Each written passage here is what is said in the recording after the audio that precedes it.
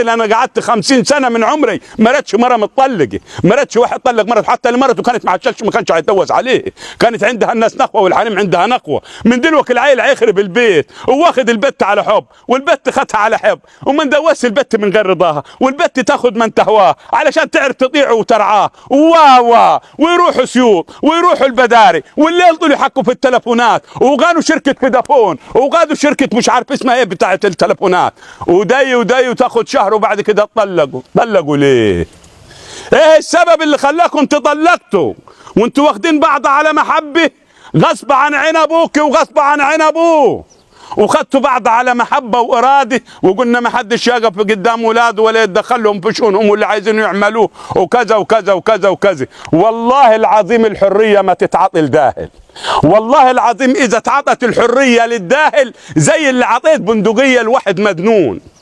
بندقية الواحد مندون كل اللي هيقابله يقتله. والله ما احسن من نظام زمان ولا شاور البت ولا قاول البت، غير انا اللي اعرف مصلحتها فين، واعرف الراجل اللي عنده دين، واعرف الراجل اللي يقدر يحافظ عليها، واعرف الراجل اللي يقدر يحميه، واعرف الراجل اللي ينفع يكون اب لاولادها، واعرف الراجل العمران الفالح اللي يقدر يقد عليها وما يعيش بدل باب ابوه، واعرف الراجل الذل، لان الراجل ده خلي بالك يا اختي، الراجل ده انت قاعده معاه بكلمه، تختار الراجل الذل مش العيل اللي حالك كابوري، اختار الراجل بتاع الاصول اللي يتألم ولا يتكلم، اختار الراجل الوفي، اختار الراجل الددع، لان انت هتقعد معاه بكلمه طالق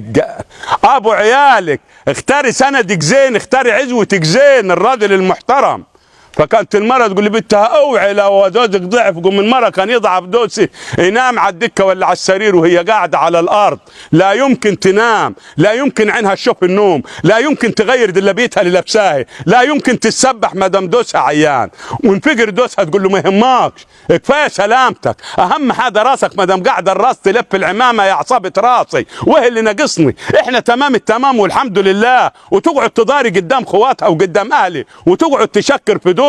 وتقعد تشكر في ابو دوسي، وتقعد والنبي واكلين والنبي حنا تمام، وتقول لها وان مال عليه الزمان ولا حصل معاه قتيل تخليه ينام وهي الليل طول على البلكونات، وهي الليل طول تطل على القسم، وهي ما تفتحش الباب غير ان اطمنت ان اللي هخبط ضيمين، ووقفه له وقافه كانها حرس على دوسي، وكان لا الدوس يفشي سر مرته ولا المرأة، لأن من أسباب الطلاق إفشاء سر الزوج والزوجة. ما دام المشكلة حصلت الأهل والأهل عرفوا الخلاف اللي بين التنين هيحصل عند، وإيه المرار الكبير أكتر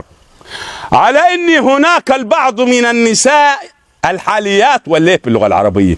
النساء اللي حاليا ولا البنات بتاعت اليمن دول،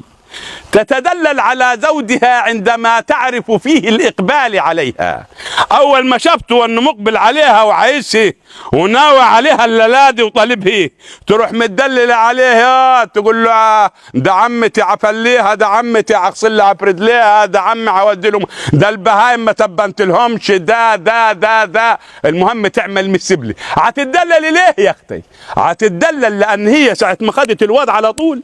حطت في راسها انها كيف تسيطر عليه، يحب اللي هي تحبه ويكره اللي هي تكرهه. طيب اخو الزوج غير محبوب عند النساء، فما فيش مره تحب سلفها وما تحبش عمتها وما تحبش عمي وما تحبش ناس دوسي داخله ضدهم ودول عدوينها لان هي خدت الواد ده وبس.